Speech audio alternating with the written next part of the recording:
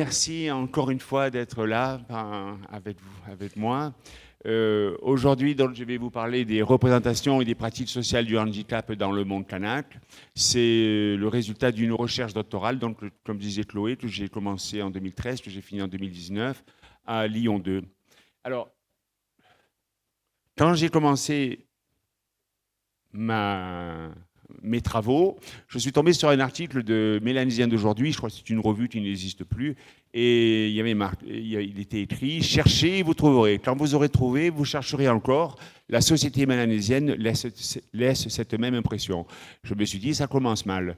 Ça va être très, très compliqué. » Alors, la première chose dont je voulais parler, c'était pourquoi l'anthropologie s'est intéressée à la question du handicap. C'est vrai qu'a priori, on pourrait dire que ça concerne la médecine, ça concerne les systèmes de réadaptation. Et pourquoi l'anthropologie? En fait, c'est que le handicap, on s'est aperçu qu'il était culturellement situé. Automatiquement, ça allait intéresser les anthropologues.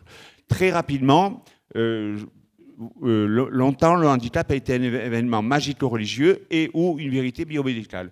Je passe très vite. Dans l'Antiquité grecque et romaine, on avait le culte du beau, et donc lorsqu'un enfant naissait avec une infirmité, on avait le phénomène, peut-être que vous connaissez, d'exposition, c'est-à-dire que le père de famille avait la possibilité de dire, puisque l'enfant naît avec une infirmité, c'est que les dieux sont en colère, donc on exposait l'enfant, c'est-à-dire on déposait l'enfant en dehors des murs de la ville, et puis c'était les dieux qui allaient décider de son sort. Ensuite, vous avez dans le Nouveau Testament l'œuvre de Dieu. Saint Jean demande à Jésus pourquoi il y a des gens avec une infirmité, et Jésus lui répond, c'est l'œuvre de Dieu.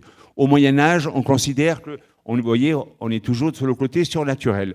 Au Moyen-Âge, Saint Augustin dit c'est l'œuvre de Dieu et une occasion de faire le bien. À partir du XVIe siècle, la peur prend le dessus.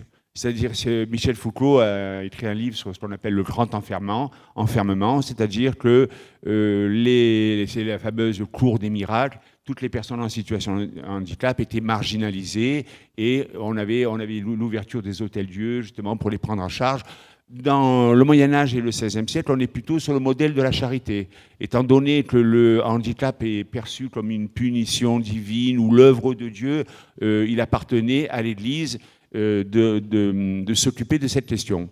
À la fin du XVIIIe siècle, c'est pour ça qu'on dit jusqu'à maintenant c'était magico-religieux, on va basculer sur un modèle biomédical avec le positivisme, Auguste Comte, et pour qui la vérité n'est plus une question surnaturelle, elle doit être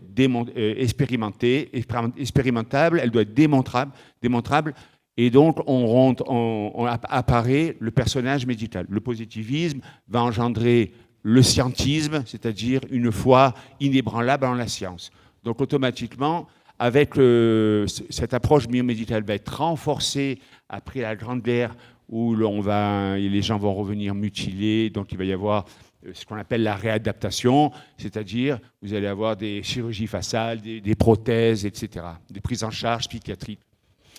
Je passe assez rapidement là-dessus, juste pour vous dire que pendant très longtemps, les facteurs explicatifs du handicap étaient essentiellement magico-religieux, surnaturels, et que c'est avec Auguste Comte et le positivisme qu'on bascule sur l'approche biomédicale.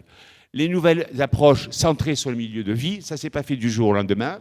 Vous avez par exemple la classification de la maladie de l'OMS en 1946, une cause, une maladie, un traitement. Donc là, les anthropologues n'ont rien à faire dans cette histoire.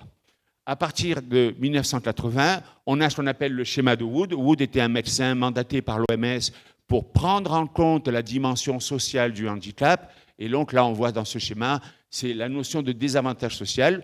On reste toujours dans l'approche biomédicale, maladie ou trouble, la déficience avec les liaisons, l'incapacité, ce qu'on appellera plutôt les limitations d'activité, et le désavantage social. C'est-à-dire que là, Wood dira, ben oui, effectivement, ce n'est pas uniquement du biomédical, il y a aussi une dimension sociale et culturelle. Malgré tout, le docteur Wood dira, la partie sur le désavantage social est la partie la moins aboutie.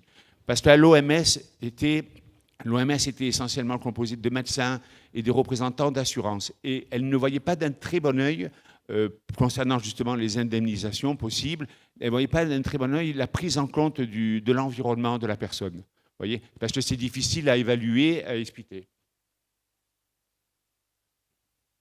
À partir de 2001, la classification internationale du fonctionnement, toujours l'OMS.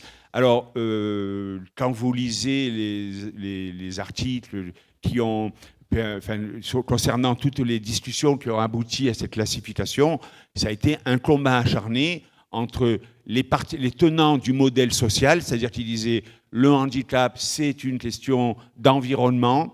Et vous avez les tenants de l'approche biomédicale qui disaient non, il ne faut surtout pas tenir compte de l'environnement, c'est juste une affaire de médecins et de réadaptation.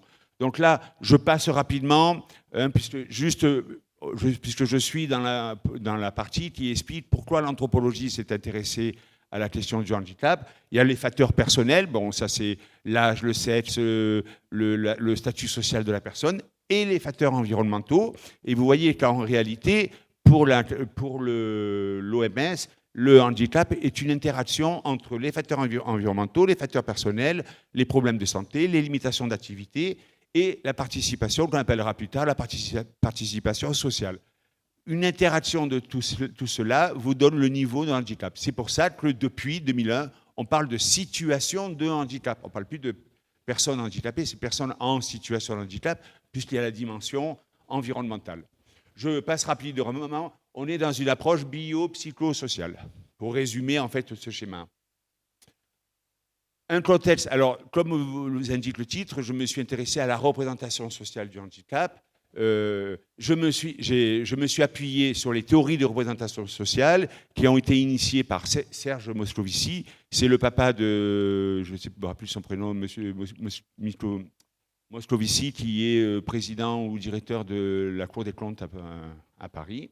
Alors, il dit, ça c'est Denis Jodelet, c'est une personne qui va donner une définition de la représentation sociale. C'est une forme de connaissance socialement élaborée et partagée, ayant une visée pratique et concurrent à la construction d'une réalité commune. C'est-à-dire que Moscovici va dire, écoutez, pour un individu, la réalité est trop complexe pour qu'elle soit embrassée d'un seul coup. Et donc, il va dire ce que font les gens, ils vont donner une représentation d'un objet. Pour nous, ce qui nous intéresse, c'est le handicap, mais ça peut être autre chose. Par exemple, les infirmières, la représentation sur les sapeurs-pompiers, sur les professeurs d'université. Et à partir de là, on va en déduire quelques mots qui vont signifier donc la représentation. Je vous donne un exemple très rapide. Si on interroge les gens sur la représentation sociale des sapeurs-pompiers de la ville de Papeete, eh bien, vous allez les interroger et il y a toujours les mêmes mots qui vont revenir: bienveillance, professionnalisme, dévouement. Et donc, vous pouvez encore, à la longue, quand vous interrogez 50 personnes, si ces mots reviennent tout le temps, vous en concluez que la représentation sociale des sapeurs-pompiers de la ville de Papeete, c'est bienveillance, dévouement et professionnalisme. Alors, vous allez me dire, mais pourquoi faire? Mais en fait, c'est les représentations sociales qui vont guider les pratiques. C'est-à-dire que lorsque la personne qui a cette représentation des sapeurs-pompiers, eh bien, lorsqu'elle va côtoyer les sapeurs-pompiers, elle aura une attitude, un comportement plutôt bienveillant et plutôt sympathique.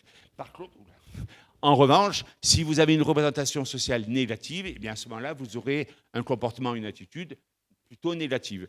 Vous avez Jean-Claude Abrit, qui était un sociologue, un psychologue social, je crois qu'il est décédé. Il a représenté les représentations sociales sous forme de noyau central. Alors il dit, eh bien, en fait, vous avez un noyau central et à l'intérieur, vous avez un ensemble d'éléments, ce qu'on appelle des éléments cognitifs, c'est les préjugés, les valeurs, les normes, les expériences vécues, etc. Et à partir de là, vous allez faire émerger quelques mots, quelques expressions qui vont... je cherche le mot, qui vont définir la représentation sociale. Bon. Donc là, un guide d'action pour les acteurs sociaux. Alors vous comprenez, donc je vais aller à la rencontre des personnes kanak, je vais leur demander la représentation qu'ils se font du handicap et à partir de là, je pourrai deviner ou comprendre les pratiques sociales qui en découlent. Je me suis aussi appuyé sur quelques disciplines connexes. Vous avez l'anthropologie de la douleur avec David Le Breton qui va montrer justement il va montrer que la douleur, eh bien, elle est socialement située, socialement et culturellement située. C'est-à-dire qu'il y a dans des sociétés, quand on a mal, on crie, on le fait savoir. Et il y a d'autres sociétés où on garde la douleur pour soi. Par exemple, lorsque vous considérez que la douleur est une épreuve que vous envoie Dieu, eh bien, vous ne réagissez pas de la même façon que si vous pensez que si vous êtes focalisé uniquement sur la souffrance et la douleur. Vous avez l'anthropologie de la santé. Alors, je m'arrête très vite là-dessus, parce que souvent, les gens confondent l'anthropologie de la santé et l'anthropologie du handicap. Le but de l'anthropologie de la santé, ce n'est pas de comprendre les pratiques sociales, c'est-à-dire le statut, la fonction sociale de la personne en situation de handicap au sein de la société. L'anthropologue de la santé, pour lui, il va essayer de comprendre les facteurs explicatifs du handicap pour comprendre l'itinéraire thérapeutique de la personne et essayer d'améliorer le système de santé. On n'est pas envoyé dans l'étude de la société, on est juste dans cette perspective. Alors, comment, par exemple, je cite Alan Young, qui était un sociologue de la santé, et qui va dire, il va inventer par exemple le CID, le complexe CID. Je fais très rapide, comme ça après on arrive vite au sujet. CID, c'est comme disease, c'est-à-dire que si vous avez par exemple une personne alcoolique, la maladie, c'est son alcoolisme. I c'est illness. Illness, c'est ressenti du patient. C'est-à-dire le patient, il va sentir que il ne se sent pas bien, il est tout souvent fatigué, il a le visage marqué par l'alcoolisme. Et le S, c'est sick. Et donc, dans le sick, eh bien, en fait, c'est l'interprétation, l'approbation ou la désapprobation de son entourage. Vous voyez, la valeur sociale et culturelle de la maladie, elle apparaît dans le S. Et donc, à ce moment-là, la personne va dire « Oh là là, je suis tout le temps fatigué, je crois que je ne vais plus pouvoir aller travailler. » Eh bien, il va y avoir une désapprobation de son entourage en disant « Mais c'est ta faute, etc. » Vous voyez, vous avez le même raisonnement pour quelqu'un qui a un cancer généralisé. Vous verrez que le S sera totalement différent. L'entourage dira « C'est normal que tu t'arrêtes de travailler parce que tu es très fatigué. » Voilà, pour expliquer pourquoi il y a une différence entre la santé et l'anthropologie de la santé et l'anthropologie du handicap. On n'a pas les mêmes objectifs. Alors, l'imaginaire social de la culture kanak, là aussi, en vérité, il faudrait une conférence rien que pour ce chapitre. Lorsque je n'ai pas du tout la prétention d'être un spécialiste de la société kanak et de la culture kanak, ce qui m'a intéressé dans la société et la culture kanak, c'est tout ce qui a trait au handicap. Vous voyez, par exemple, il y a des coutumes de mariage, des coutumes de deuil, etc. Je ne me suis pas intéressé ou comment ça se passe dans les détails, etc. Ce qui m'intéresse, c'est la place des personnes en situation de handicap dans cette coutume. Alors, vous avez l'identité en mélanésite, avant tout, locale et terrienne, à la croisée de, alors j'ai bien aimé cette expression, la route du sol et la route du sang. C'est-à-dire que le statut de la personne kanak, elle se situe au niveau de l'endroit où il va naître et ça va dépendre aussi de son localisation et de son lignage. La coutume, c'est un ensemble de règles. Alors je cite de Decker et Clun, si tu étais professeur à l'Université de Nouvelle-Calédonie. La coutume doit s'entendre au travers de tout ce qui est règles, habitudes, us, dans les domaines aussi divers que les mythes, l'horticulture, tout ce qui est humain, en fait. C'est un ensemble de règles non écrites, pendant longtemps ça a été non écrit, et qui va, en vérité, c'est une sorte de régulateur social qui va fixer des règles à chaque individu pour éviter le déséquilibre social. Je passe assez rapidement. Vous voyez, par exemple, ici, lorsqu'une femme épouse un homme, en fait, elle va vivre dans le clan je vais parler du clan tout à l'heure, le clan du papa. Mais l'oncle lutérin, c'est-à-dire un des frères de la mère, va lui souffler dans l'oreille, et on appelle ça le souffle de l'ancêtre. Donc, c'est-à-dire que le papa va lui donner un statut social, un statut foncier, et la vie est donnée par la maman. Et le corps de l'enfant appartient à l'oncle lutérin.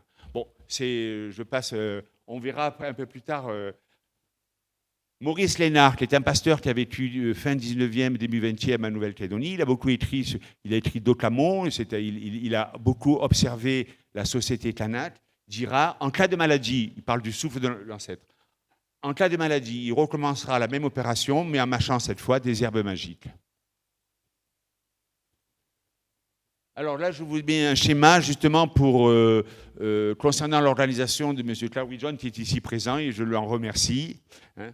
Donc vous avez la famille, vous avez un ensemble de familles. Alors vous avez le principe de primogéniture, c'est-à-dire que l'aîné, c'est le chef de la famille. Alors pour simplifier, je prends une famille, vous avez l'aîné, le cadet et le benjamin. Hein. Bon, eh bien l'aîné sera le chef de la famille. L'ensemble des familles vont constituer un clan, d'accord, issu d'un ancêtre commun, on en reparlera, l'ancêtre commun, le mythe de l'ancêtre fondateur, c'est le totem, vous verrez, on en reparlera. L'ensemble des clans. Alors, les clans, dans la société Tanat, chaque clan a un rôle bien spécifique. Il n'y a pas de hiérarchie. Tous les rôles sont importants. Vous avez le clan de la mer, le clan de la terre, le clan des guerriers, le clan porte-parole, probablement que j'en oublie. Hein, mais voilà, l'idée principale, c'est que chaque clan a une fonction très particulière au sein de la tribu. Vous avez la tribu, et l'ensemble des tribus sont regroupées au sein d'un district et d'une grande chefferie. Les grands chefs Tanat c'est un peu basé sur comme les royautés dans le monde polynésien, c'est héréditaire, donc stable. Hein. On n'est pas dans je ne sais pas si vous connaissez, en fait, en Nouvelle-Guinée-Papouasie, il y a ce qu'on appelle le big man, c'est-à-dire que le grand chef, il va être désigné parce qu'il va rentrer en compétition avec d'autres bigman, et c'est le plus généreux des bigman qui aura le pouvoir, puisqu'il aura beaucoup donné et les gens lui seront redevables.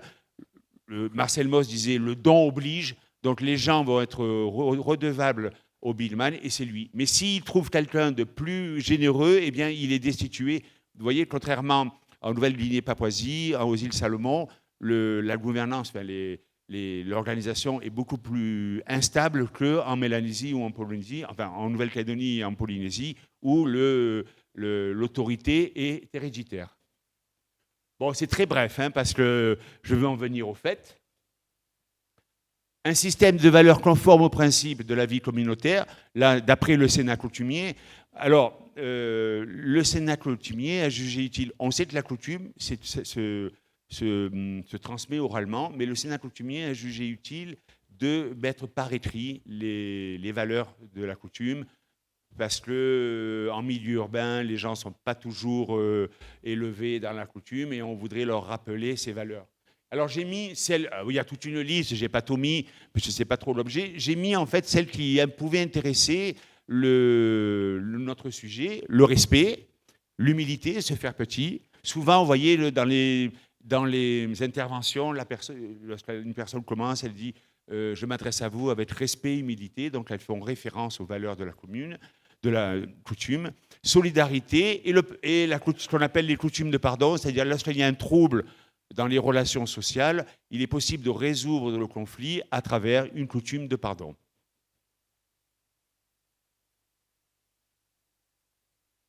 Maurice Lénard avait noté aussi ces valeurs de la coutume, mais il dit à cette atmosphère de tendresse se mêle une cruauté cynique. Dans la vie courante, les vrais frères se jalousent, se trahissent et s'entretuent. Je prends un extrait de Docamo là. Hein. Vous voyez, donc voilà.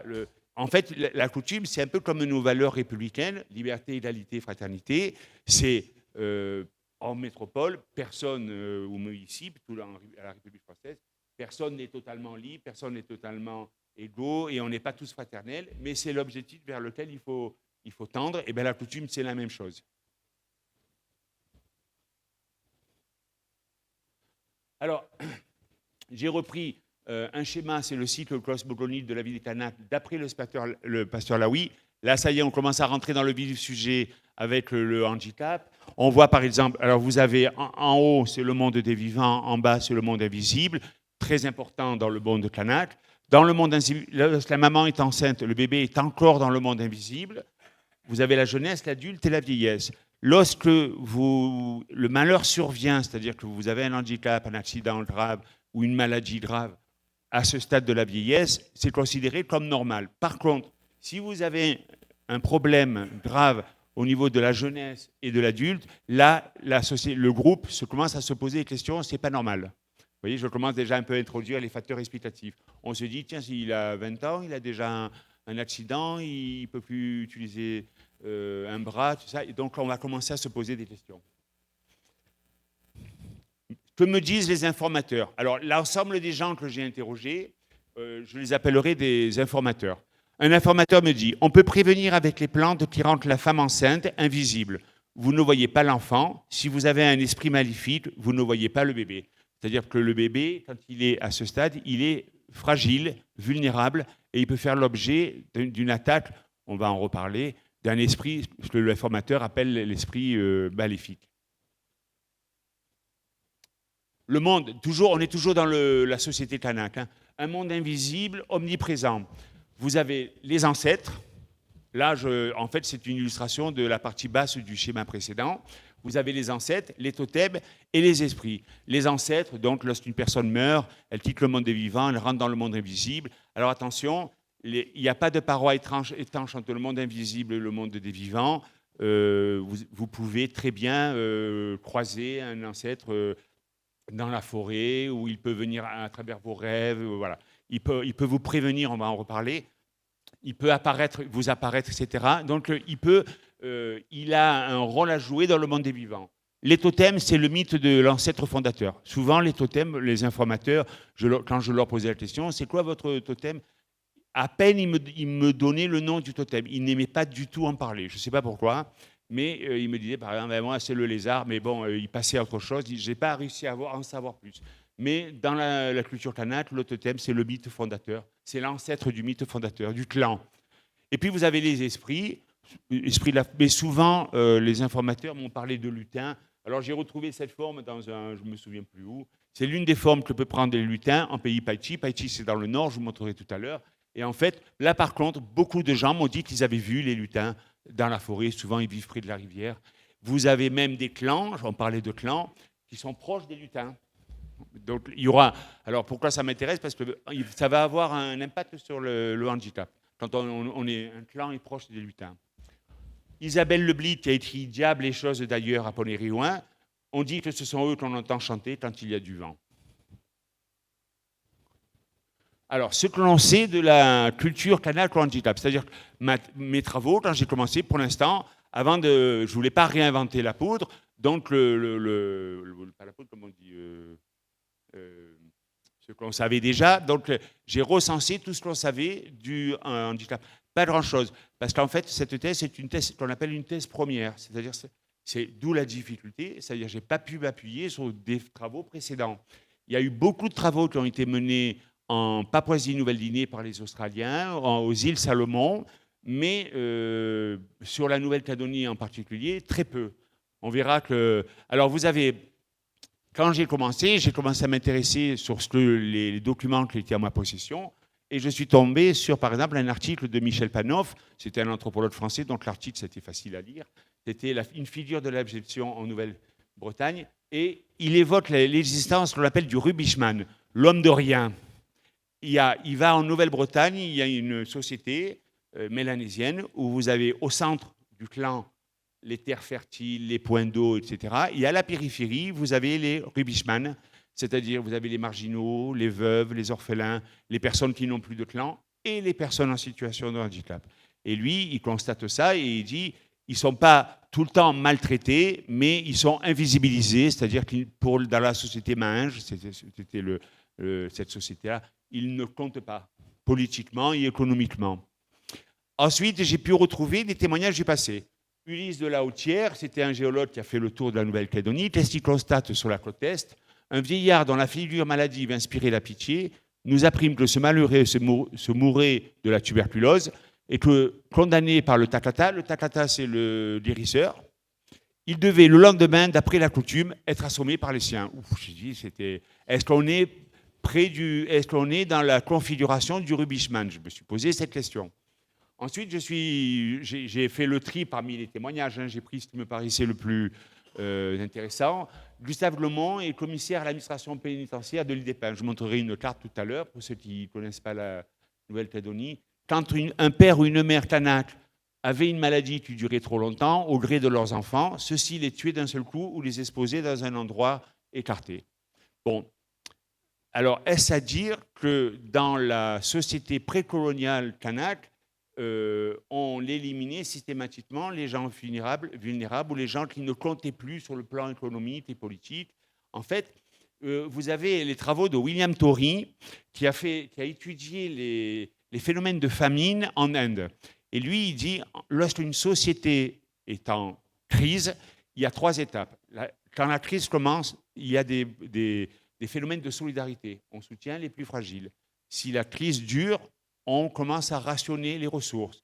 Et lorsque la crise perdure, c'est-à-dire dans le temps, à ce moment-là, on élimine ce qui ne compte pas. Et quand Ulysse de la Hautière ou Gustave Glomont arrivent, la société kanak a été très impactée par l'arrivée des Européens. Vous avez ce qu'on appelle le choc que les Polynésiens ont connu, le choc microbien, dont une grande partie de la population a été touchée par des maladies dont ils n'étaient pas immunisés, dont ils ont décédé. Vous avez le déplacement des clans vers... parce qu'en Nouvelle-Calédonie, je ne sais pas si c'est comme ça en Polynésie, mais les maristes ont adopté une organisation semblable à celle des jésuites en Amérique du Sud avec les réductions. C'est-à-dire qu'ils ont regroupé les populations autour des missions. Donc, ils ont déraciné les gens. Donc, la société kanak, au moment où les observateurs européens arrivent, elle est déjà très bouleversée. Elle est peut-être dans la phase 3 des travaux de William Torrey. Alors, j'en ai pas parlé, mais on a trouvé des traces qui dataient de plus de 10 000 ans en Australie. Alors, c'est une scène de chasse, c'était des aborigènes qui marchent. Ils ont marché sur de la boue, et puis le sable a recouvert, et les traces sont restées. C'était auprès du Victoria, pas loin de Melbourne. Et en fait, quand ils ont observé les traces, les gens ont dit, mais il y en a un qui marche bizarre. Et en fait, c'était quelqu'un à qui il manquait une jambe. Et alors, on s'est dit, mais peut-être dans les sociétés traditionnelles, stables, on n'élimine pas systématiquement les plus fragiles. Vous voyez ? Alors, toujours de ce que nous savons du handicap dans le monde kanak, une logique sorcellaire et punitive. Vous avez la maladie totémique selon Maurice Lénard. Je vous rappelle que le totem, c'est le mythe de l'ancêtre fondateur du clan. Alors, je vous ai mis quelques exemples. En fait, j'ai mis, par exemple, si vous avez la folie, la possession, c'est le totem responsable, c'est la chenille. Si vous avez des vomissements, c'est le crabe. La blancheur du teint, l'anémie, c'est le rat blanc. Vous voyez, déjà, Maurice Lénard avait commencé déjà à aborder cette question. Alors là, on est plutôt dans de l'anthropologie de la santé. Hein. Et alors, la suite, Ulysse de la Hautière aussi note les Calédoniens ont pour les fous qu'ils croient possédés par les génies une déférence qui tient de l'effroi. Plus contemporain, vous avez les travaux de Christine Salomon, qui est une anthropologue de la santé parisienne, et qui a, dans Savoir et pouvoir thérapeutique des Kanaks, constate que, vous voyez, elle dit, Christine Salomon, on ne parle pas de handicap, elle dit les vraies maladies, mais c'est ce qu'on va retrouver un petit peu pour le handicap. Les vraies maladies, les maladies dues aux ancêtres et les maladies intentionnelles provoquées. En Calédonie, on appelle ça le boucan, mais il y a un autre terme, le terme plus français, c'est la sorcellerie, en fait. Hein. Tout ce qui est malheur intentionnel, c'est de la sorcellerie. Bon, partant de là, l'analyse du corpus recueilli. Voilà où j'en étais à ce stade, au bout de 2 ans de ma thèse. J'ai fait tous les récapitulatifs de ce qu'on savait. Voilà, j'ai regardé un petit peu les travaux en anthropologie de la santé, la théorie des... Et je commence. Et alors, je vous mets un exemple pour ceux qui ne connaissent pas bien la Nouvelle-Calédonie. Les informateurs que j'ai... Alors, pour atteindre les informateurs, par exemple, je vous donne un exemple, pour aller à l'IFU, je ne peux pas débarquer comme ça à l'aérodrome et dire, oh, voilà, bonjour, je suis M. Patané, je viens interroger les familles avec des enfants en situation de handicap. Il y a ce qu'on appelle un chemin. Donc, il me fallait ce qu'on appelle un informateur relais qui allait me présenter oralement aux coutumiers, aux familles. Elle interrogeait s'ils étaient d'accord que je leur parle de leur enfant en situation de handicap. Ça prenait beaucoup de temps. Hein. Et il fallait absolument trouver ces informateurs relais. Alors, l'informateur relais qui était de l'IFU, il ne pouvait pas m'amener à l'île des Pins. Donc, il me fallait un informateur relais à l'IFU, puis un à l'île des Pins. Là, ici, un peu plus haut, ce n'est pas mentionné, mais il y a l'archipel des Bélep, à Bélep. Après, il me fallait Thio. Alors, ce qui m'a un peu aidé, c'est qu'à l'époque, je faisais beaucoup de missions pour la Croix-Rouge en milieu canacle. Donc, je faisais ce qu'on appelle en anthropologie de l'observation participante. C'est-à-dire, les gens ne savaient pas que je faisais ma thèse. Et bien, en fait, j'observais, par exemple, lorsqu'il y avait un cyclone, on amenait des kits d'urgence. Je regardais, est-ce qu'on réservait des kits d'urgence pour les personnes fragiles? Est-ce qu'avant le cyclone, quelqu'un avait pensé à la mamie qui était en fauteuil en haut de la tribu? Voilà, c'est ce qu'on appelle l'observation participante. Et je faisais aussi mes informations, mes entretiens, grâce aux informateurs relais. Donc, je suis allé à l'île des Pins, à Marais, à l'IFU. Je ne suis pas allé à OVA. Je suis allé à l'île des Pins, aux îles Bélep. Je suis allé à Thio, Canala, à Bourail, puis pratiquement un canacle sur deux vit en milieu urbain. Donc là, alors, la Croix-Rouge m'a beaucoup aidé parce que les bénévoles me servaient d'informateur relais. Puisqu'on faisait des missions ensemble, donc il y avait un climat de confiance. J'ai dit, tu n'as pas une famille? Oui, oui, j'ai mon cousin, tout ça. Bon, et bien voilà, il m'a annoncé, j'allais faire... alors, chaque fois que j'allais dans un endroit, que ce soit en milieu urbain ou en milieu tribal, je faisais ce qu'on appelle la coutume. C'est-à-dire, je me présentais au propriétaire terrien et je lui demandais l'autorisation de rentrer dans l'espace qui lui appartenait. Alors, que nous disent les informateurs concernant les facteurs explicatifs du handicap? Il y a une interprétation majoritairement magico-religieuse, mais des significations plurielles et croisées. Ce n'est pas uniquement magico-religieux, c'est-à-dire que les informateurs n'étaient pas tous dans le mystique, etc. Hein, on va voir qu'en réalité, les significations sont croisées. Un trouble dans les relations entre les hommes ou avec les esprits. Entre les hommes, souvent, c'est les conflits terriens. Voyez, donc, vous avez des conflits terriens en milieu tribal, et donc là, il y a un conflit qui naît, des relations sociales qui se déséquilibrent, et on considère que c'est la raison du handicap d'une personne ou d'un enfant. Quand tu occupes la terre revient souvent dans le monde Kanak. Quand tu occupes la terre qui n'est pas à toi, et que tu manques de respect aux propriétaires fonciers, le clan terrien, si quelque chose t'arrive de mauvais, ça peut venir de la terre, me dit un informateur de l'IFU. Mais les informateurs me disent aussi, attention, quand tu n'es pas respectueux de la coutume, que tu transgresses des interdits, etc., eh bien, donc que tu t'exposes à un malheur, eh bien, les ancêtres vont t'envoyer des signes, des avertissements, des signes annonçateurs d'un malheur. Certains ne savent plus lire les signaux dont les ancêtres viennent discuter dans vos rêves. Ce sont les ancêtres les plus proches qui viennent dans vos rêves, votre père, votre mère. Quels sont ces signaux? Eh bien, par exemple, à Marais, ou c'était Moulifu ou Marais, je ne sais plus, la personne me dit, les cochons dévastent le champ d'igname, tiens, il faut que tu t'interroges. La classe, elle brûle, sans raison apparente, il faut t'interroger. Est-ce que ce n'est pas les ancêtres qui t'envoient un signe en disant, vous voyez, par exemple, si un jeune Kanak devient délinquant, son entourage se dit, lui, délinquant et qui se comporte très mal, eh bien, il manque de respect aux personnes âgées, parce que c'est des valeurs de la coutume. Eh bien, dans son entourage, on va dire, il va probablement lui arriver quelque chose de grave, il devrait se calmer, etc. J'ai un informateur qui était aveugle et qui volait les voitures jeunes, il pense que c'est lié. Vous voyez ? Une faute rituelle pour expliquer l'interprétation du handicap. On n'a pas été assez prudent, on a mal demandé au défunt qu'on réutilise son nom. Le comportement de la mère durant la grossesse. On a vu que le bébé, il est particulièrement fragile pendant la grossesse. Quand une maman a un enfant handicapé, on va dire qu'elle a fait des choses qui ne sont pas respectueuses par rapport à la coutume, bien entendu. Elle parlait mal, elle a marché sur des terrains tabous, des endroits où on n'a pas le droit d'être.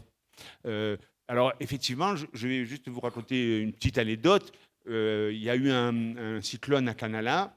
Donc, avec la Croix-Rouge, on était à la portée des kits d'urgence. Et alors, le responsable de la cellule de crise, il dit, bon, la Croix-Rouge, vous irez là, les gardes champêtres, vous irez là. Et à un moment donné, il dit, les militaires, vous aurez dégagé, il y a une route qui est encombrée par des arbres. Et j'entends un murmure. Ah, il dit, oui, tu les accompagnes. Alors moi, quand je faisais ma thèse, j'étais tout le temps, je mangeais thèse, je dormais thèse. Et alors, je me suis dit, il s'est passé quelque chose. Et donc, je vais voir la personne qui a murmuré quelque chose que personne n'a entendu. Et je lui dis, mais qu'est-ce que tu as dit à un responsable de la cellule? Il me dit, non, parce que les militaires, ils allaient sur l'endroit où il y a le totem. Et donc, s'ils y vont, sans prendre de précautions, ils vont tous tomber malades. Donc, il a envoyé quelqu'un qui pouvait les accompagner pour qu'ils aient le droit de rentrer dans l'espace où vivait le totem. En fait, quand vous faites une thèse, quand vous vous intéressez au monde canadique, il faut écouter parce qu'il faut être très attentif, parce qu'il n'y a rien d'évident. Il faut vraiment, il faut vraiment inspirer. Alors, il faut avoir un climat de confiance avec les informateurs. Moi, j'ai un enfant en situation de handicap. Il est plutôt connu parce qu'il a bien réussi dans le sport. Et mon fils était connu, donc il savait, il y avait, en plus du chercheur qui venait les rencontrer, il y avait une sensibilité qui nous rapprochait avec les familles, les mamans, les papas, parce qu'elle savait que j'avais subi le choc. Alors, malgré tout, on n'est pas uniquement dans l'approche magico-religieuse, il y a ce qu'on appelle une volonté humaine à travers la sorcellerie, encore une fois, qu'on appelle en Nouvelle-Calédonie le boucan. Alors, les raisons d'une agression, souvent, les deux raisons qui reviennent souvent, c'est conflit terrien et jalousie. Il y a même, je ne sais pas, peut-être vous confirmez, il y a même des chanteurs locaux qui font des chansons sur la jalousie. Si, je vous donne un exemple, je suis allé dans un clan de la mer, le gars avait 2 bateaux, son enfant était en situation de handicap, et il me dit, eh bien, j'ai 2 bateaux, et je suis probablement le plus riche de la tribu, parce que sa femme travaillait, elle avait un bon emploi, etc. Il attribuait le handicap de sa fille au fait qu'il avait réussi dans les affaires, etc. L'identité du sorcier. Alors moi je dis sorcier, mais on parle aussi de guérisseur. Alors, c'est pas bon d'aller en face de lui pour lui dire « je sais que c'est toi ». Il peut attaquer tout de suite, il ne doit pas savoir que tu l'as attaqué. On m'a demandé à la soutenance « pourquoi vous n'avez pas fait ?» Parce que c'était compliqué, chaque fois les informateurs, il faut aller les chercher avec l'informateur relais, faire la coutume, bon. Et alors il m'a dit « faites des entretiens de groupe ». On ne peut pas faire des entretiens de groupe, parce que je ne peux pas aborder ce type de questions, parce que si par exemple on est tous là, et cette personne sait que c'est lui le sorcier, il va pas parler de sorcellerie, parce que le sorcier ne doit pas savoir qu'il a été découvert. Sinon, qu'est-ce que va faire le sorcier? Il va réattaquer. Il dit « ah ouais, j'ai suropéré ». Il va réattaquer avant d'être attaqué, vous voyez. Donc, on ne peut pas faire les gens ne se seraient pas ouverts. Par contre, dans l'intimité d'une case ou sous une terrasse autour d'un café, ils savent que je viens de Nouméa, je ne fais pas partie du monde kanak, je repars dans 10 jours. Et là, vous verrez, il y a des témoignages où les gens me racontent les rites sorciers. Alors que s'il y a quelqu'un autour de la même communauté, c'est impossible. Alors, ce témoignage de cette informatrice, il est assez... un enfant qui pleure, des bruits de chaîne, quelqu'un qui ratisse, j'ai peur rien qu'en parlant. Ces bruits, soit ils viennent de la terre qui revient souvent. Hein, rappelez-vous, l'identité de l'individu kanak, elle est terrienne. Hein. Soit ils viennent de la terre, soit c'est les vieux de la maison, les ancêtres, soit c'est quelqu'un qui vient t'embêter, le sorcier. Et donc, quand elle me raconte ça, elle est effrayée quand elle me dit ça, la personne. Hein. Alors, regardez, quand je croise la personne, elle dit « Alors, ça va mon frère, bois un café ?» Mais je la surveille, je sais que c'est lui. C'est le sorcier qui me l'a dit. Le guérisseur qui m'a dit, moi je dis sorcier, mais il dit guérisseur. C'est le guérisseur. Finalement, il y a un climat j'ai posé la question, je dis, mais est-ce qu'il n'y a pas un climat de suspicion généralisé au sein de la société kanak? L'identité du sorcier. Donc, alors, le sorcier, il faut dire aussi, chaque famille a un guérisseur, pas forcément un sorcier, mais au moins un guérisseur. Chaque clan a aussi un guérisseur. Et alors, Maurice Lénard dira, mais les guérisseurs viennent de l'entourage immédiat. Ce qui inquiète beaucoup les individus Tanakh, c'est qu'aujourd'hui, tout le monde peut être guérisseur, donc le coup peut partir de n'importe où. Vous voyez, donc ça peut être très stressant. Les rites contagionnistes ou sympathiques. J'allais me prendre pour le professeur que j'étais, j'allais vous dire, essayez de retrouver dans le témoignage si c'est un rite contagionniste ou sympathique. Regardez, il faut parler pour le maudire. Je vais au cimetière, je vois mes grands-parents pour le maudire, à la tribu au cimetière des vieux d'avant. Là, il parle des cimetières précoloniaux. Voyez. Donc ça, c'est un rite sympathique, c'est-à-dire il n'y a pas de contact. Il y a une incantation, une offrande, la personne elle me dit qu'elle met des pièces sur la tombe, une offrande, une incantation, et vous envoyez une malédiction pour que la personne, il lui arrive un malheur. Le malheur, ça peut être la maladie, le handicap, mais c'est essentiellement ça. Dernièrement, j'étais amarré à une fête. Quelqu'un m'a donné quelque chose à manger, j'ai goûté, mais c'était une attaque. Vous voyez, c'est-à-dire, la personne est dans une cérémonie de mariage, on vous lui offrait, peut-être que c'était bien intentionné, vous offrez quelque chose à manger à la personne, et elle se dit, c'est une attaque. Là, on est dans un rite contagionniste, c'est-à-dire c'est au toucher. J'ai rajouté l'effroi du bouquet végétal, parce que on peut aussi attaquer la personne avec un bouquet végétal. Alors, je ne sais pas si ça existe en Polynésie. C'est un bouquet, alors ce qu'on appelle un bouquet, c'est-à-dire à l'intérieur, vous mettez des os de chien, vous mettez des plantes, etc., couvert d'une feuille avec une ficelle. Et si vous voulez porter tort à la personne, vous allez le mettre discrètement dans son armoire, tout ça. Et la personne, l'informateur, me dit un jour, j'ai mis la main, j'ai senti le bouquet au fond du tiroir, et c'est très inquiétant. Pour quelqu'un, ça veut dire que quelqu'un vous veut du mal. Un guérisseur vous veut du mal. Ouais. On parle aussi de magie blanche, magie noire. Vous voyez, magie blanche, vous guérissez. Magie noire, vous apportez le mal. Alors, une médecine conventionnelle disqualifiée. C'est-à-dire que même si tous les signes montrent que c'est une explication biomédicale, eh bien, l'entourage de la personne peut dire « Ah non, malgré tout, c'est magico-religieux ». Parce que vous voyez, j'étais allé dans une tribu, la personne, elle allait partir sur Nouméa pour aller voir le cardiologue et elle s'écroule en chemin. Donc, c'est un arrêt cardiaque. Mais ça faisait des mois et des mois que le cardiologue lui avait donné rendez-vous. Bon. Le médecin lui a dit, c'est pas de cava, pas de tabac, pas d'alcool. Les gens pensent que c'est un boucan. Comme il est fragilisé, c'est plus facile à l'atteindre. En d'autres termes, c'est que même si vous êtes malade, même si vous êtes très malade et que finalement vous succombez ou alors vous avez un handicap, une infirmité, c'est peut-être un boucan, puisque vous êtes plus fragile.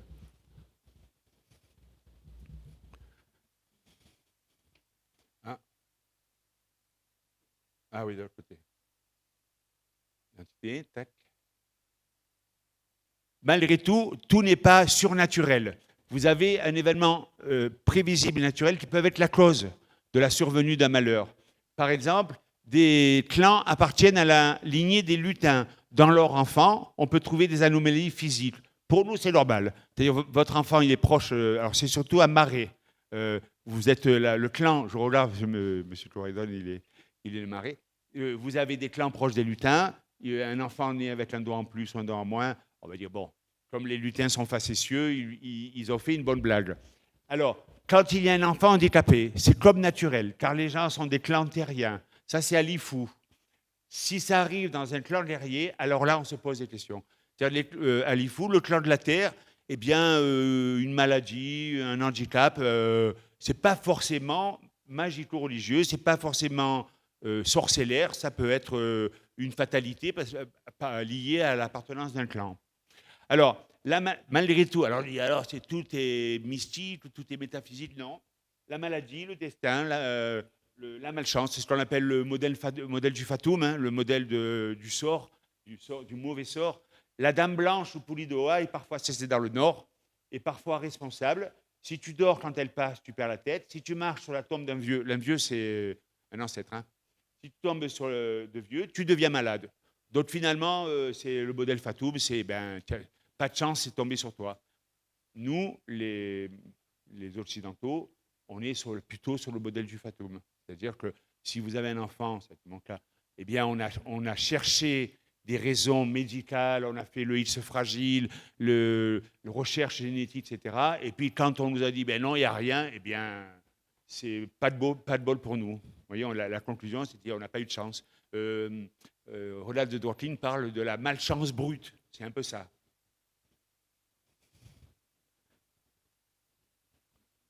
Ah non, maintenant. Alors, les conséquences d'une addiction. Là, les addictions, cannabis et alcool, on n'est pas sur des interprétations traditionnelles, puisque dans la société précoloniale, il n'y avait pas d'alcool, le cannabis, plutôt le cavac, le cannabis. Et donc, il y a des clauses que l'on connaît. Il y a le côté tabou, on vient d'en parler, et le côté cannabis, alcool. Idred, j'ai pas mis son nom, hein. Il se fait courser par ses frères, alors il vient ici, ses deux frères le prennent pour un rien du tout. Vous notez que là, j'ai mis déjà un petit peu de pratique sociale. Là. Ses frères le prennent pour un rien du tout, c'est-à-dire que le comportement des frères vis-à-vis de la personne, c'était une maladie mentale, hein, il était devenu schizophrène, eh bien, son entourage déjà avait un jugement très, très défavorable à son égard parce que c'était les conséquences d'une addiction.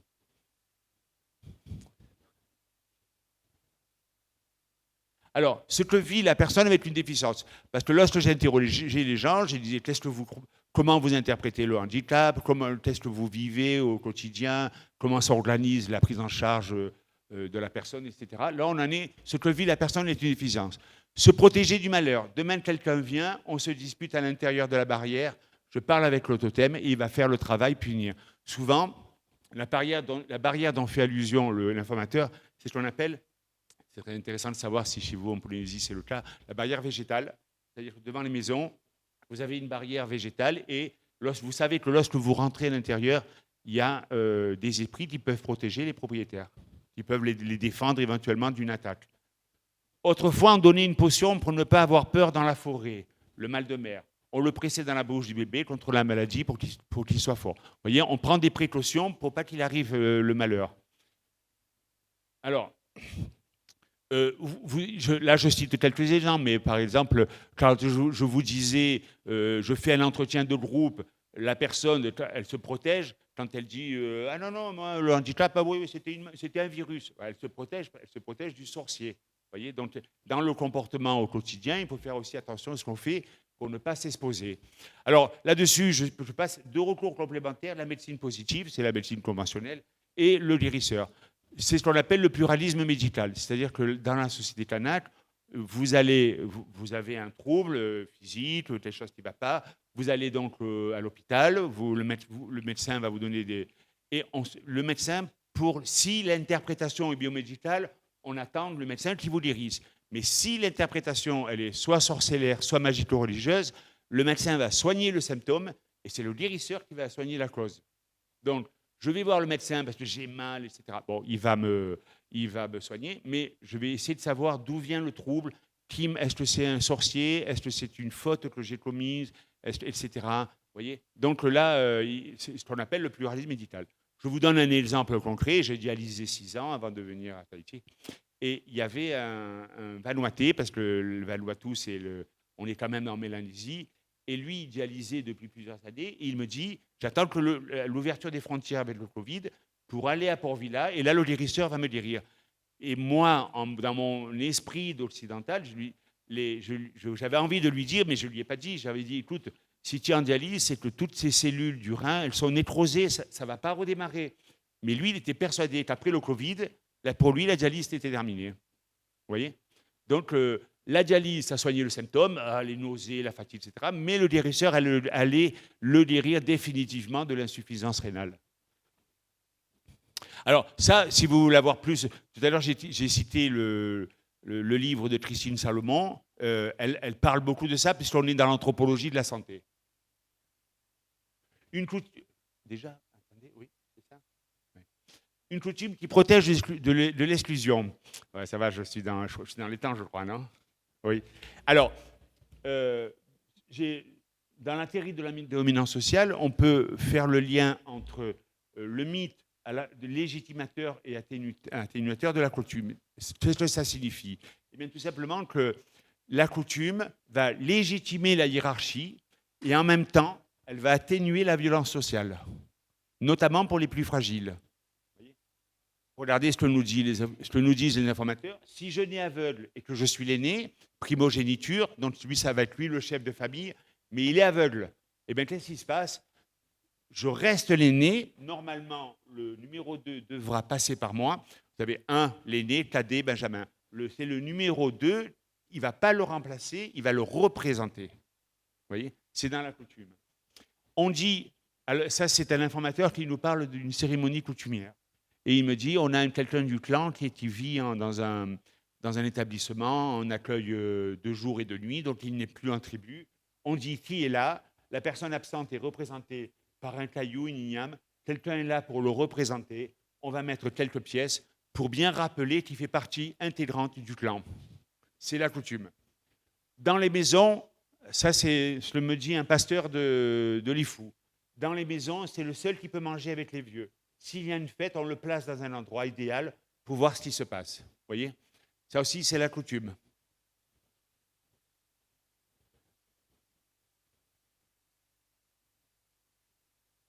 Non?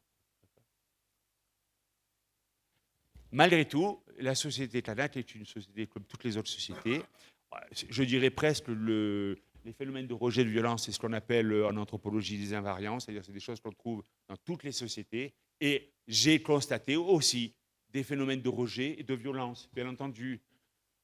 Regardez ce que me dit l'informatrice. En tribu, ils ont à manger, on lave leur linge, on fait en sorte qu'ils n'ont pas besoin d'autonomie. C'est-à-dire qu'il y a une prise en charge à minima, tout ce que la loi propose, le projet de vie, l'insertion professionnelle. Alors ça leur paraissait complètement étranger, ce que je leur ai raconté. Il est à l'abri du vent, de la pluie, voilà, il a besoin de rien d'autre.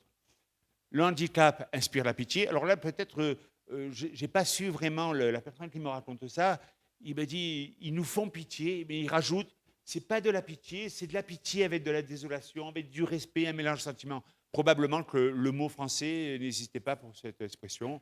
Je n'ai pas su exactement ce qu'il voulait dire, mais c'est vrai que je l'ai souvent entendu. Vous voyez, je raconterai la petite anecdote tout à l'heure, là.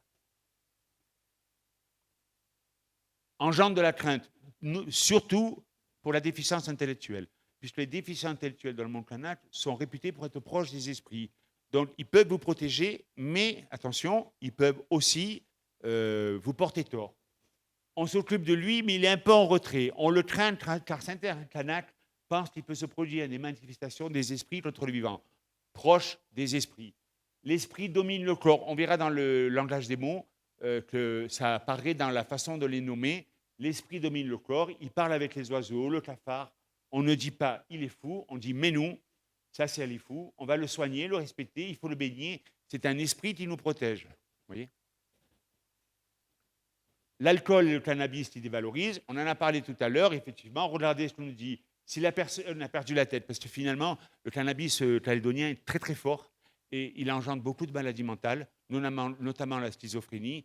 Et donc, quand il retourne en tribu, eh bien, encore une fois, ce n'est pas une interprétation traditionnelle, c'est une cause qui vient de l'extérieur et ce n'est pas toujours bien admis. Sauf si la personne, j'ai vu ça à Bélep, la personne revient en tribu schizophrène, mais elle a son sillon d'igname. Alors, ça donne une identité forte quand vous cultivez l'igname en tribu. Ça veut dire que vous répondez en fait aux attentes normatives. Vous allez donc vous allez participer avec les ignames aux coutumes de mariage, de deuil, etc. À ce moment-là, cette personne qui avait une maladie mentale était plutôt bien intégrée au sein de la... Mais si la personne, elle vole, elle mendie, elle traîne dans la tribu, à ce moment-là, elle va être dévalorisée. Si la personne a perdu la fête parce qu'elle a fumé, certaines personnes les considèrent comme des charges, des personnes incapables ou des clowns de la tribu. C'est dur, ça, hein. Alors, la psychiatrie calédonienne est à l'image de la psychiatrie française, c'est-à-dire que beaucoup de problèmes, hein, mais la prise en charge n'est pas toujours idéale. Ah oui, c'est pour ça que j'attendais. La personne avec une déficience est un enfant. Ils ont à manger. Voilà. J'attendais cette partie-là justement pour vous raconter. On a fait les états généraux du handicap pour la loi, le vote. On voulait sensibiliser les élus On voulait changer leur représentation du handicap, leur représentation sociale du handicap, et on est allé donc voir les élus à Lifou. Je suis parti avec l'AVH, une association de personnes malvoyantes, et donc on décide, c'était prévu, de dormir en tribu à l'issue du forum, des rencontres, etc. Et donc on était tous autour du feu, il y avait des chants, c'était très sympathique, et quelqu'un surgit et il nous dit, les enfants, c'est l'heure d'aller vous coucher. Il parlait aux personnes aveugles, vous voyez. Et il a dit, les enfants, il faut coucher. Alors, quand j'ai vu l'infantilisation, eh bien, je me suis rappelé cette anecdote, et cette personne qui est intervenue, c'était vraiment comme ça qu'il voyait les personnes aveugles. Hein. Donc là, je ne sais même plus si, alors, non. Voilà, le langage des mots, des logiques linguistiques porteuses de sens. Tout à l'heure, on a parlé de menou, c'est-à-dire c'est l'esprit qui l'emporte sur le corps. Je vous ai mis quelques exemples. Hein. Par exemple, à UVA, c'est tralao, personne, bon, ça signifie le handicap, mais c'est une déficience survenue dans le cours de la vie. Cannabis, alcool, vous voyez. Et ça, c'est un petit côté péjoratif et dévalorisant. Vous avez un wabi, bille ronde, de l'œil, sentir mauvais. La personne, quand on l'appelait wabi, il vivait ça très mal. Utilisé comme surnom. La substantivation, c'est-à-dire que l'adjectif devient un nom. Des fois, on l'appelait le wabi, etc. C'est très, très blessant pour les personnes. Hein. Bon, c'est pour nous aussi. Alors, c'est quoi c'est par exemple, si demain, au lieu de m'appeler Frédéric Batané, on m'appelle le chauve. Vous voyez. Donc, là, on va appeler la personne avec sa déficience. Wabi. Je ne sais pas comment on prononce. Ngoné, le sacré, c'est-à-dire l'esprit, signifie la présence, c'est-à-dire physique. Pour une déficience intellectuelle, l'esprit prend le dessus sur le corps. Vous noterez que sur Marais et sur les fouilles, il y a la même interprétation, le même langage pour l'esprit domine le corps. Bon, ce n'est pas étonnant parce qu'ils sont deux îles très très proches. Hein. Alors, ça, on le retrouve dans beaucoup de sociétés. Ciné Oisipo, la moitié malade, moitié d'homme. Ciné Oisipo, moitié malade, moitié d'homme. Vous avez ciné haché, pas complet, moitié d'homme. Vous voyez, c'est assez. Alors j'ai dit, c'est dur. Les gens me disaient, mais non, c'est pas péjoratif, c'est pas négatif. Ça. Bon, quand vous êtes en fauteuil roulant et qu'on vous traite de ciné haché, c'est pas tout à fait bon. Et le fameux menou dont je parlais, alors, le Nekohydro, c'est fils de la terre. C'est parce que là, c'est ce que me disait le pasteur. Quand on est en situation de handicap, parce qu'on fait partie du clan de la terre, c'est le terme qui est utilisé. Et vous avez le menou, puissance de l'esprit.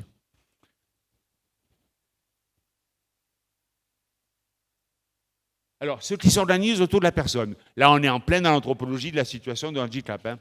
Eh bien, une prise en charge codifiée, une prise en charge essentiellement familiale et une prise en charge codifiée. J'avais une vieille tante, il fallait la faire baigner. Sa fille a dit, tu es la femme de mon grand-père, tu ne touches pas à maman. Vous voyez. Donc, nous, quand on a fait la loi du pays, on a dit, on enverra des auxiliaires de vie, mais on n'avait pas pris conscience que dans le monde Kanak, ce n'était pas tout à fait comme ça. Alors, j'ai envie de dire, c'est un peu leur faute, puisque quand on est allé à l'IFU, dont je vous parlais, il y avait beaucoup de gens qui étaient venus participer au forum, et je me souviens que les professionnels du handicap de l'IFU disaient si vous avez des choses à dire sur la future loi, c'est maintenant. Et en fait, on n'a pas eu tellement de retours. Les gens venaient très nombreux assister au débat sur l'emploi, hein, sur l'aide à domicile, tout ça, mais on n'a pas eu très peu de retours. Donc, le gouvernement calédonien a dit la loi 2009, ça va bien faire l'affaire. Alors, le frère et la sœur ne peuvent pas s'asseoir sur le même banc, par exemple. Dans le Nord, dans les tribus, le groupe s'occupe des parents. C'est la belle-fille qui s'occupe de la belle-mère ou du beau-père. Jamais l'enfant. L'enfant, c'est impossible qu'il prenne en charge ses parents. La coutume le veut. Vous voyez, c'est très codifié. On ne peut pas dire, toi, tu vas le faire, toi, tu vas... Non, il y a quand même des règles à respecter. Les belles-sœurs peuvent aussi s'en occuper. Ça dépend. Si elles veulent bien s'en occuper, ça devient une obligation. Si elle est mariée, avec la coutume, elle a payé. Elle a été payée pour faire le travail dans la maison. J'ai rajouté l'IDEPA.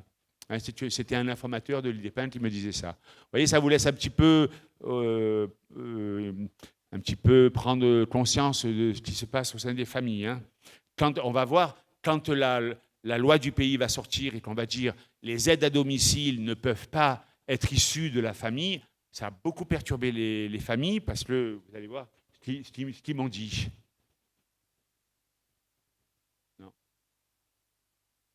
Je me suis quand même interrogé sur le rôle des églises. Parce qu'en fait, quand j'ai étudié les travaux en Papouasie-Nouvelle-Guinée, aux îles Salomon, l'Église est partie prenante de la prise en charge des personnes en situation de handicap. Et je me suis dit, tiens, peut-être en Mélanésie, en Nouvelle-Calédonie, c'est peut-être la même chose.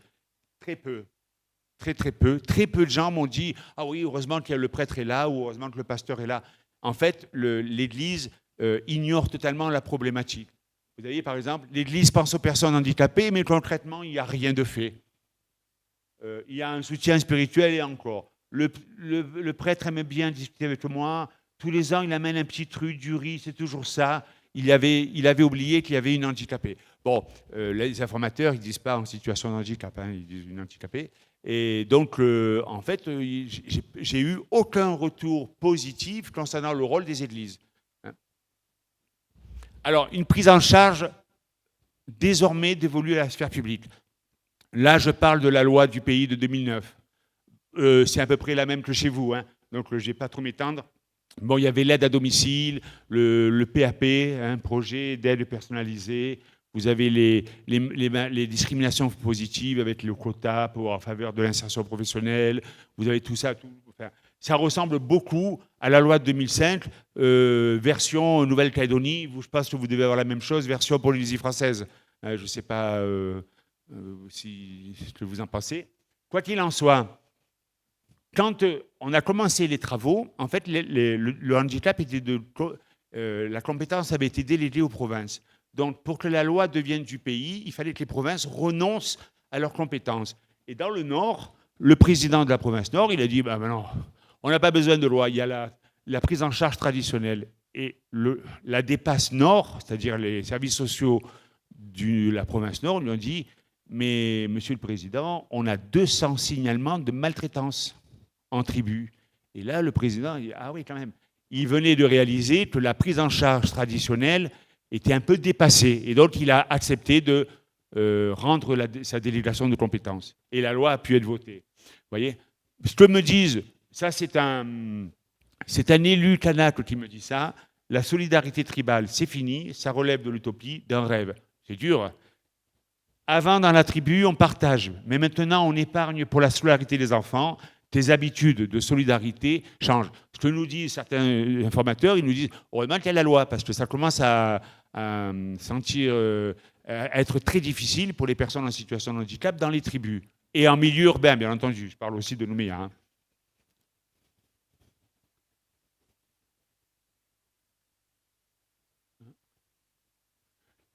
Et alors, quand la loi a été votée, j'ai siégé 5 ans au Conseil du handicap et de la dépendance. Et parfois, il y avait des élus qui disaient oh là, avec votre loi, vous êtes en train de déstabiliser la cohésion sociale du monde kanak. Et alors, je me disais mais qu'est-ce qu'il raconte ? On ne comprenait pas du tout de quoi il était question. D'ailleurs, ça a été le début, l'idée de la thèse, c'est-à-dire qu'on a voulu savoir de quoi parlaient les élus quand ils parlaient de ça. Et bien, tout simplement, on a des familles où on s'en sert pour la nourriture de tout le monde, ça me choque. Ça, c'est un travailleur social de l'île des Pins qui me dit l'allocation, qui est de 90 000 francs si la personne ne peut pas travailler, eh bien, le travailleur social me dit les familles, elles récupèrent l'argent et elles font autre chose avec. Alors que c'est fait pour soutenir le projet de vie de la personne en situation de handicap. Ça ne se passe pas tout le temps comme ça. Alors, beaucoup de gens me disent « Mais non, moi, mon allocation, personne n'y touche ». Mais c'était surtout des gens qui avaient des déficiences sensorielles ou physiques, mais dans la déficience intellectuelle, parfois la personne ne sait même pas qu'elle a touché une allocation. Et les familles, parfois, en profitent. J'ai reçu, ça c'est un élu qui me dit ça, j'ai reçu un courrier d'une dame de l'IFU qui ne voulait plus s'occuper de sa maman. J'en ai reçu beaucoup. Quand il me parlait de cohésion sociale déstabilisée, c'est ça qui faisait allusion. C'est-à-dire qu'ils ont reçu des courriers en disant bon, puisque maintenant les auxiliaires de vie ils touchent l'allocation, terminé, c'est plus mon problème. Parfois, un membre de la famille, vous voyez, par exemple, on a voulu éviter dans la loi qu'un proche puisse s'occuper de la personne en situation de handicap. Parce que les provinces nous ont dit, faites attention, ce qui va se passer, c'est qu'on va déscolariser la gamine de 15 ans pour qu'elle s'occupe du grand-père. Et en plus, elle sera payée, elle fera rentrer des revenus. Donc, la loi du pays interdit que ce soit un proche qui s'occupe de la personne en situation de handicap. Et alors, que nous dit cette représentante associative? Un membre de la famille fait le travail de l'auxiliaire de vie pendant 10 ans. Avec la loi, on l'écarte du jour au lendemain. La personne et les familles ont été blessées. Ça a mis du temps avant de faire son chemin parce qu'elles ont dit comment, moi ça fait 10 ans, je le fais gratuitement, bénévolement, solidarité familiale, hein, on leur répondait, c'est un peu normal que vous vous occupez de vos vieux. Et du jour au lendemain, ben, il y avait quelqu'un d'une autre tribu qui venait et qui s'occupait de la grand-mère. Et ça a mis, c'est pas bien passé. Non, je vais y arriver à la fin. Pour conclure, puisque je vous parlais de cette loi du handicap, du facteur de progrès social, est-ce que ça déstabilise? Alors, en fait, j'ai comparé le moins libéral et l'âme Kanak. Alors, je fais allusion à John Rawls et Michael Sandel, c'est-à-dire c'est des philosophes américains qui ont dit est-ce qu'on privilégie le juste ou le bien?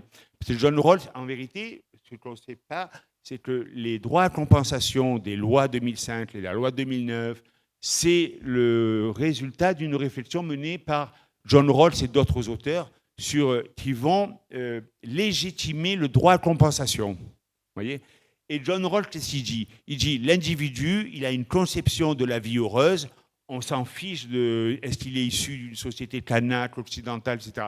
C'est pas notre problème. On va lui donner ce qu'il appelle des biens premiers, un panier de biens premiers, pour qu'il puisse vivre une vie bonne, une vie heureuse, une vie réussie.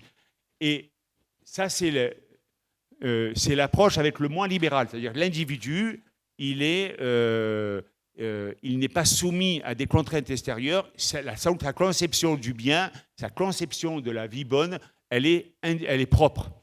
Mais Michael Sandel et les communautariens disent non, on ne peut pas le faire. Ça, c'est ce que fait la loi 2005, hein, la loi 2009, la loi du pays.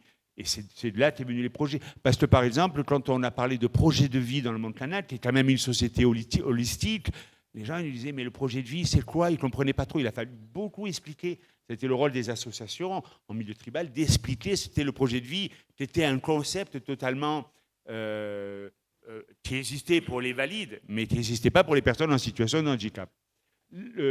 Michael Sandel, lui, c'est un communautarien. Il dit non, vous ne pouvez pas faire une loi parce que la conception du bien, elle ne peut pas être individuelle. La personne, elle est située, il utilise le terme, encastrée au sein d'une communauté, et sa conception du bien, elle ne peut pas venir de lui, elle vient du groupe. Et c'est un peu ce qui s'est passé avec la loi de 2009 sur le handicap. Vous voyez? Alors, quelque part, John Rawls, bon et tout, il y a Ronald Dworkin, il y a beaucoup de gens qui ont travaillé sur le principe de différence, c'est-à-dire le droit à compensation, qui a légitimé toutes les lois. Et lui, il dit, bon, l'État n'intervient pas. Et Michael Sandel, il dit non, les lois sur le handicap, elles doivent réparer le tissu social. Donc le bien passe avant le juste. Et John Rawls dit non, c'est le juste qui passe avant le bien. Je finirai, parce qu'en fait, cette problématique, elle nous rappelle un petit peu les propos de Marshall Saline, qui est un anthropologue américain, qui a parlé d'indigénisation de la modernité. Alors, je sais qu'on ne dit plus indigène, mais c'est probablement une traduction anglaise, hein, parce qu'en anglais, ils disent indigénose. Alors, lui, il dit toute transformation prend la double apparence de l'assimilation et de la différenciation. Les peuples autochtones, tout en prenant leur distance avec l'ordre culturel dominant, s'en accommodent. Et c'est un peu ce qui s'est passé en Nouvelle-Calédonie. C'est-à-dire que les gens, finalement, ces polémiques, la cohésion sociale, etc., on n'entend plus maintenant. C'est-à-dire qu'on est vraiment dans c'est-à-dire que les peuples, la société kanak a assimilé cette notion de projet de vie, etc., ont accepté, ils ont intégré dans leurs valeurs la loi de 2009. Ah, je ne sais pas si je l'ai mis. C'est la fin? Non, ah oui. Ah oui. Et alors, il y a une informatrice qui va résumer un petit peu. Alors, on a parlé, vous savez, Claude Lévi-Strauss, il a écrit Triste Tropique parce qu'il est retourné quelques années plus tard voir les tribus indiennes qu'il avait vues quasiment l'état sauvage. Quand il est revenu, ils étaient complètement déculturés. Il avait parlé de triste culture, triste tropique. Et Marshall Saline, il dit, c'est l'adieu au triste tropique. C'est-à-dire que les peuples autochtones s'accommodent des valeurs occidentales, elles les intègrent dans leurs valeurs. Bon, il y a eu des gens qui ont dit, mais non, c'est pas, bon, c'est pas trop le but. Mais quelque part, cette fameuse indigénisation de la modernité, c'est un peu ce que me dit, pour conclure, c'est un peu ce que me disait l'informateur quand je l'ai interrogé, parce que avec les années, vous disiez, on pense qu'à ça. Et j'en ai parlé à un informateur qui était un travailleur social et je lui ai dit, mais qu'est-ce que tu en penses? Et elle me répond, je suis à Nouméa, mais mon côté tribal est gravé en moi. À Nouméa, je suis autonome. En tribu, je vis comme quelqu'un qui vit en tribu, qui sait faire les choses. Je ne mélange pas ma culture extérieure avec mes connaissances au niveau de la coutume. C'est exactement ça, l'indigénisation de la modernité. C'est-à-dire qu'elle est travailleur social. Elle me dit, moi, je fais le distinguo entre je vis à Nouméa, mais mon cœur, mon âme Kanak, il est en tribu. Voilà. Je voulais vous remercier pour votre attention. Voilà.